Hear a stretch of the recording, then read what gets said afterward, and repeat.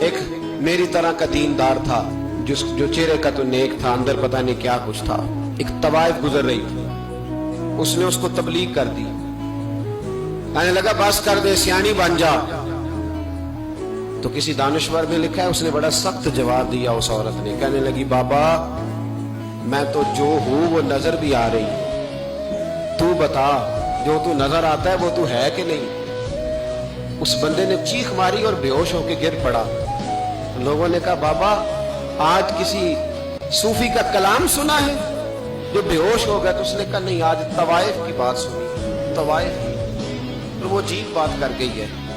وہ کہہ گئی ہے میں تو جو ہوں میں نظر آ رہی ہوں، تو بھی تو بتا نا، تو بتا نا کہ تو دستار امامت پہنتا ہے.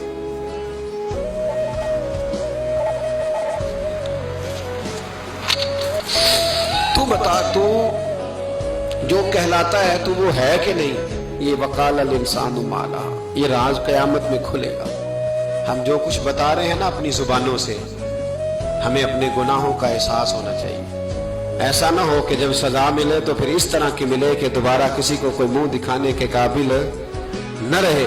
میرے بھائی یاد رکھیں اور سمجھیں، گناہ انسان کی زندگی کو تنگ کرتے ہیں. میرے نبی پاک علیہ السلام نے فرمایا جب تو جھوٹ بولتا ہے تو تیرے فرشتے کرامن کاتبین سائیڈ پہ ہو کے کھڑے ہو جاتے ہیں. جب تو زنا کرتا ہے تو تیرے اندر سے ایمان نکل جاتا ہے. اور نبی پاک علیہ السلام نے فرمایا جب میری قوم میں ناانصافی عام ہو جائے گی تو قتل بھی عام ہو جائے گا. اور سن لو لکھ لینا یہ حدیث دل کی تختی پر.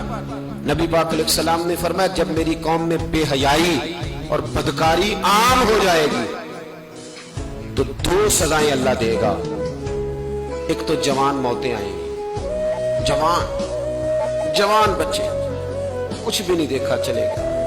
اور دوسری سزا اللہ یہ دے گا کہ ایسی بیماریاں آئیں گی جن کا علاج نہیں ملے گا، ایسے امراض پھوٹ پڑیں گے.